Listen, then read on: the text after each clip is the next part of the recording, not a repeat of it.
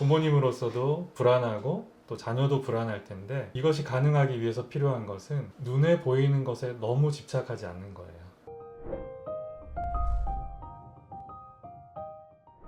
안녕하세요. 대치동 캐슬입니다. 오늘도 제 옆에는 멋진 분이 계십니다. 안녕하세요. 안녕하세요. 간단히 자기소개를 부탁드립니다. 저는 정신건강의학과 전문의 그리고 정신분석가인 이인수라고 합니다. 제가 실은 미류 책방이라는 곳에서 인터뷰 제의를 받았어요. 근데 제가 되게 좋았던 게 뭐냐면 일단 제목이 따뜻한 무의식이었고요. 그리고 두 번째로 이인수 원장님과 이인수 원장님의 아버님께서 둘 다 정신의학과 전문의시거든요. 그래서 부자가 같은 직업을 갖게 되면서 느껴지는 감정과 학생이나 학부모를 바라보는 시선이 어떨지가 궁금해서 이렇게 모시고 인터뷰를 촬영하게 되었습니다. 첫 번째로는 이 책이 특이하게 정신분석가 아버님하고 아드님이 두 분이 함께 집필을 하셨어요. 어떻게 해서 이 책을 기획하시게 되셨나요? 먼저 저희 아버지께서 오랜 동안 아이들이나 또 성인들의 자존감 문제에 관심을 많이 갖고 계셨는데 한 10여 년 전부터 이제 책에 관련돼서 한번 책을 써보자는 제의를 받으셨어요. 그 당시에는 제가 해외에서 공부를 하고 있었는데 저에게도 함께 좀 책을 집필해 보자고 하셔서 함께 쓰게 되었습니다. 저희 아버지께서는 이제 전남의대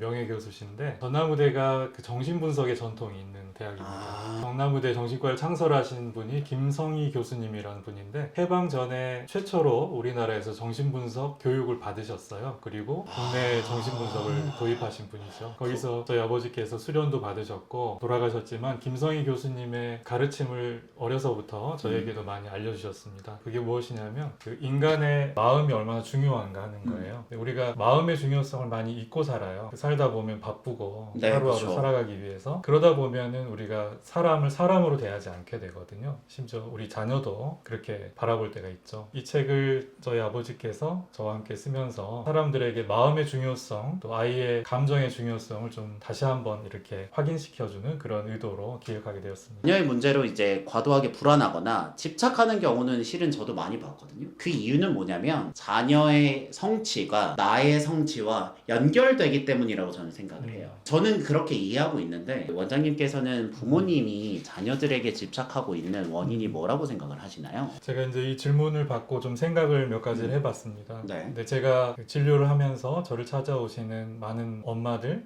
또는 학부모님들을 보면서 몇 가지의 중요한 이유가 자신의 삶보다 아이의 삶에 너무 몰두하고 집착하게 하는 이유인 것 같은데요. 가장 첫 번째는 부모님의 불안이에요. 부모님들은 예를 들면은 자신이 낙오될까봐 또는 자신이 비난받을까봐 자신의 어떤 상태에 대한 불안도 있고 자녀의 미래에 대한 불안도 있습니다. 그래서 자녀가 낙오될까봐 늘 또 불안하죠. 그렇죠. 불안하면은 그 불안을 줄이기 위해서 아이를 자꾸만 통제하게 돼요. 아이가 엄마 말대로 공부를 하고 또 성적을 만들어 오면 엄마의 불안이 줄어드는 거죠. 그래서 가장 제가 많이 눈에 띄었던 것은 부모님들이 너무 불안하시다는 거죠. 또 어떤 분들은 부모님 자신이 건강한 성인으로서의 분리가 아직 안 되신 분들이 많아요. 그러니까 부모님도 부모님의 부모님, 자신의 부모님들과의 심리적인 분리가 충분히 되지 않은 경우가 많습니다. 이제 이것은 어떤 문제를 가져오냐면 건강한 분리가 뭔지 경험해 보지 못한 거예요. 그렇죠. 저도 말씀은 들었지만 건강한 분리가 어떤 거인지 잘 모르겠습니다. 건강한 분리라는 것은 자녀를 나와 다른 존재라고 인정하는 거예요.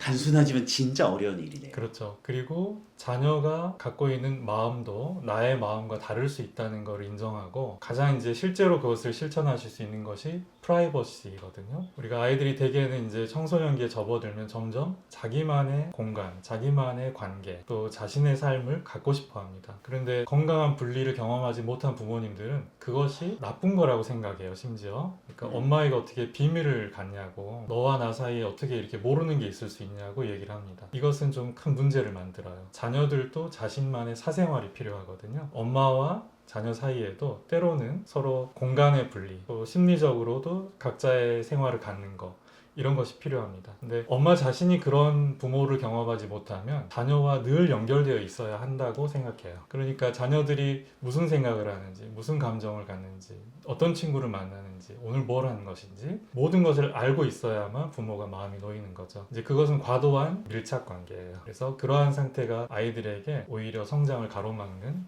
이런 경우가 많이 있는 것이죠. 그런 경우에 자녀들이 굉장히 엄마의 과도한 개입, 또 아빠의 과도한 개입 때문에 통제되어서 자꾸만 분노하고 또 때로는 굉장히 우울해지고 또 자율성이 없는 수동적인 자녀가 되기도 합니다. 또 다른 문제는 부모님의 자존감이 낮을 때, 또 부모님의 자존감이 너무 불안정할 때 부모님은 자신의 자존감을 안정시키기 위해서 트로피가 필요해요. 그래서 자녀의 성취가 너무나 중요한 거예요. 되게 그 성취가 눈에 보이는 것으로 드러나는 것이 대학 입시죠. 대학 입시 결과에 따라서 부모님들은 굉장히 우울해지기도 하고 굉장히 흥분되기도 합니다. 물론 어느 정도는 이해할 수 있지만 때로는 자녀가 자녀 자신의 삶을 살도록 허용해야 할 필요가 있는데 부모님이 나의 자존감을 위해서 자녀를 그런 트로피로 만들려고 할 때 또 자존감의 문제를 만들게 됩니다. 그리고 마지막으로는요. 그리고 네. 부모님 자신이 어린 시절에 결핍을 경험하신 경우가 있어요. 그러면은 부모님 자신은 자신의 자녀에게만은 그 결핍을 절대로 겪게 하지 않고 싶을 수가 있습니다. 그렇죠. 근데 그것이 꼭 나쁜 마음은 아닌데 그러다 보니까 자녀가 어떤 좌절이나 어떤 괴로움도 겪지 않기 위해서 부모님은 과도하게 개입하고 과도하게 자녀의 삶에 밀착되어서 자녀에게 집착하게 되는 그런 경우가 생기죠. 근데 여기에서 문제는 과잉 보호의 문제예요. 과잉 보호를 하게 된다는 것은 자녀들에게 과잉 통제를 하는 거거든요. 실은 과잉 보호랑 과잉 통제는 같은 말이라는 거죠. 그렇습니다. 그렇죠.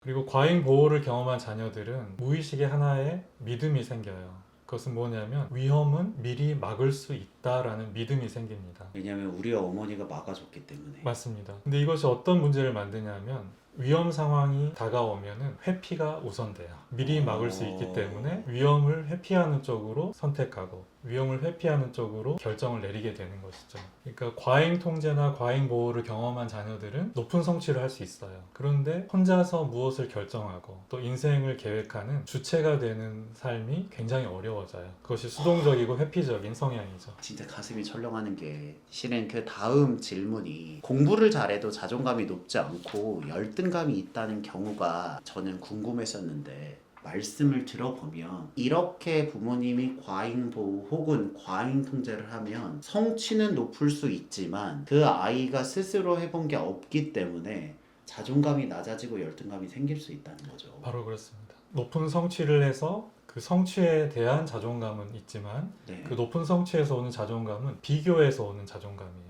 내가 누구보다 높은 성취를 했기 때문에 오는 자존감이거든요. 비교에서 오는 자존감의 문제는 나도 비교의 대상이 되는 그쵸. 거죠. 나보다 더 뛰어난 사람을 만나면 순식간에 내 자존감은 무너집니다. 비교에 따른 자존감은 그래서 일시적이고 불안정할 수밖에 없어요. 근데 진정한 자존감은 어디서 오느냐면 내 자신에 대해서 수용하고 인정하고 내 한계도 그것을 받아들이는 데서 오는 그것이 진정한 자존감이거든요. 그래서 우리가 자기 수용이라고 하는데 있는 그대로의 나의 모습을 내가 수용하는 것, 그것이 가능할 때 비교에 꼭 의지하지 않아도 자존감은 유지가 될 수 있는 것이죠. 근데 이게 진짜 말씀을 드리면서 굉장히 어렵다고 느껴지는 건 실은 성적이나 대학교 입학은 눈에 보입니다. 근데 마음이 아프거나 열등감이 생기는 건 눈에 보이지 않잖아요. 그러니까 사람은 본능적으로 눈에 보이는 결과 위주로 따라간다고 생각을 하거든요.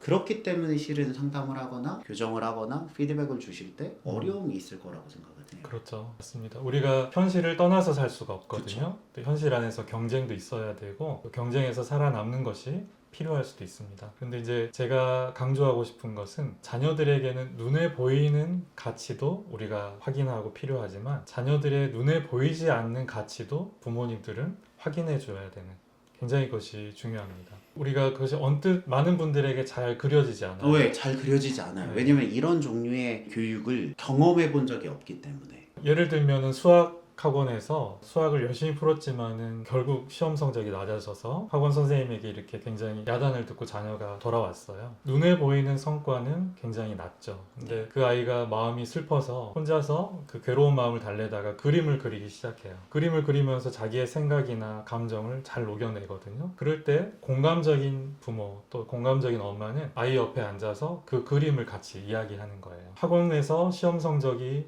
눈에 보이는 가치라면은 그림을 그리고 그 안에서 자기 생각을 드러내고 자기를 느끼는 것은 눈에 보이지 않는 아이의 소중한 창조성이나 자발성이나 자기 위로의 능력이거든요. 그것을 옆에서 엄마가 확인해 주는 거죠. 이 그림이 뭐를 뜻하는 거니? 또 이건 어떤 생각이 있는 거야? 이런 걸 물어봐 줄 때 자녀들은 엄마가 내가 수학은 거기에서 실패했지만 엄마는 나의 다른 가치를 보아주고 있구나 라고 느끼는 것이죠. 그렇게 하는 보이지 않는 부분에 대한 케어가 있어야 결국에는 보이는 부분에 대한 성과도 나올 수 있다는 거죠. 맞습니다. 여기가 청담동이고 강남이기 때문에 많이 보셨을 것 같은데, 저는 학부모님께서 성취가 낮았기 때문에 내가 가지고 있는 결핍을 자녀한테 물려주지 않겠다라고 생각해서 공부를 열심히 시키시는 분들 봤지만, 내가 공부를 너무 잘해서 내가 가지고 있는 이 혜택을 그대로 물려주고 싶다 라는 의도로 공부를 많이 시키시는 분들도 계시거든요. 네. 그런 분들에게 이제 완벽주의 성향이 있을 수 있다고 생각을 하는데, 네. 그런 것들도 실은 자녀에게 앞에 정서적인 교감이 없는 채로 전달이 되면 무조건 안 좋은 영향이 있겠네요. 저는 이제 부모님들이 굉장히 높은 성취를 하시고 또 그쵸. 그 성취에 따라서 자녀들에게도 좋은 영향을 줄 수 있다고는 생각을 합니다. 그런데 문제는 무엇이냐면 아까 우리가 이야기한 것처럼 부모님이 자녀의 삶을 자녀의 미래를 결정하려고 할 때 문제가 되는 것 같아요. 자녀는 자녀만의 인생을 살도록 또 자녀가 원하는 인생의 방향을 결정하도록 부모님은 그 선택권을 내어줘야 되거든요. 그런데 너무나 좋은 성취를 하신 분들은 자신의 성공 경험 때문에 자신이 걸어왔던 길이 마치 정답이라고 믿는 경향이 있어요. 그리고 그것이 가장 효율적으로 발현되도록 자녀들에게도 그 방향을 요구하고 강요하거든요. 자녀들은 선택할 수 있는 기회를 갖지 못해요. 이것은 큰 문제입니다. 그래서 좋은 성취를 하고 높은 성취를 하신 부모님이라 할지라도 자녀들에게 인생의 선택권을 내어주는 태도를 보여주시는 것이 너무나 중요합니다. 실은 근데 이게 부모님의 입장도 좀 공감이 되고, 저도 그런 게 제 말을 따르면 얘가 편히 빠르게 갈 것 같고, 제 말을 듣지 않고 혼자 하겠다고 하면 먼 길을 돌아갈 것 같은 느낌이 들잖아요. 그리고 당장 중간고사 기말고사가 있고 어쨌든 시험이 타이트하게 있으니까, 그럴 때 시행착오를 할 수 있도록 여유 공간을 남겨주고 알아서 해 라고 눈을 감는 게 필요하다는 거죠. 그것이 어쩌면 오늘 제가 이 인터뷰를 하는 핵심 메시지 같아요. 아이들에게는 실수하고 실패하고 또 때로는 자존감이 흔들리는 경험을 할 기회가 필요해요.